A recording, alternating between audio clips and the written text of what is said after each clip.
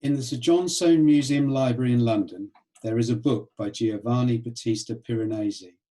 Titled Opera di Piranesi, it is Soane's rebound first edition copy of Volume 1 of Piranesi's infamous Le Antichità Romane from 1756.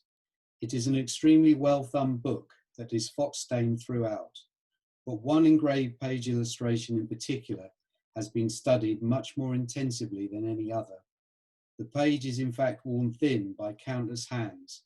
It is heavily stained and even cracked at the margin where one naturally holds the page leaf. Next slide, please. The copper plate is number 41, a plan of Nero's Nymphium, and is one of the final full-page engravings at the back of the book. Research indicates that it was most likely completed and included just prior to the book's release in 1756. The similarities of Nero's Nymphium to the R.A. scholarship design produced by Jon Soane on his grand tour of Italy strikes you immediately. Next slide, please. Both are plans of grandiose Roman structures.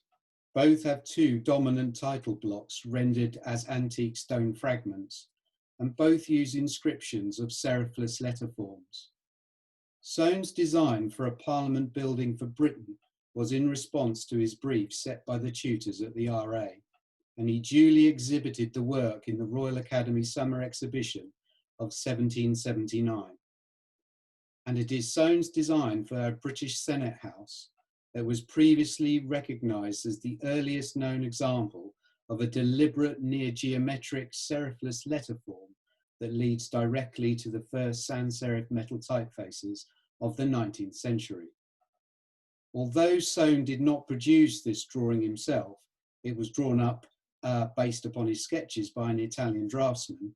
He clearly appreciated the importance of including serif-less lettering and the reference to Piranesi's plan for a bath complex for Nero.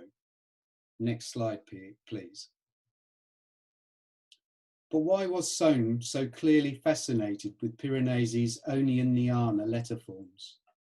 And what was Piranesi conveying within these distinctive stone letter blocks? Next slide, please. Well, Piranesi is attempting to strengthen his argument for the origin of the serif-less letter being that of the Etruscans, from Italian soil and not emanating from Greece. The Italian Romanists were under threat from the Hellenists for the true origins of classical architecture. Here, Piranesi's E, with deliberately applied component serifs, is demonstrating that the Latin alphabet evolved out of the Etruscan, and via the archaic Latin through into the inscriptional majuscule of the Roman letter. Next slide, please. This argument is known as the Greco-Roman debate for the origins of architecture, and the Hellenists challenged an accepted authority of Rome, which was secured since the Renaissance. Within this context, all early unearthed antiquities found on Italian soil in the 18th century were considered Etruscan in principle, even if they appeared to be Greek.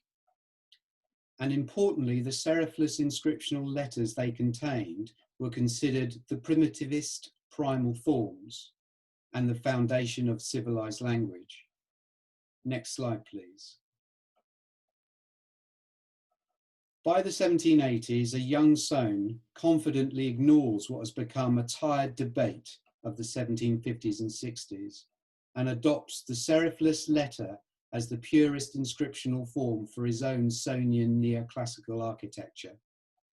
When his practice is established in 1784, he sets about promoting the use of sans serif typography within many of his drawings. Little remains in situ today of his proposed serif-less inscriptional letter forms. The letters of 1785-6 on the Evelyn Monument at Leamington are now obliterated by the weather, whilst those of the Cambridge Museum from 1791 were never ever built. Next slide, please.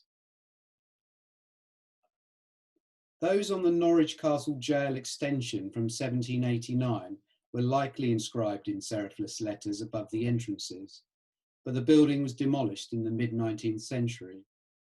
Next slide, please.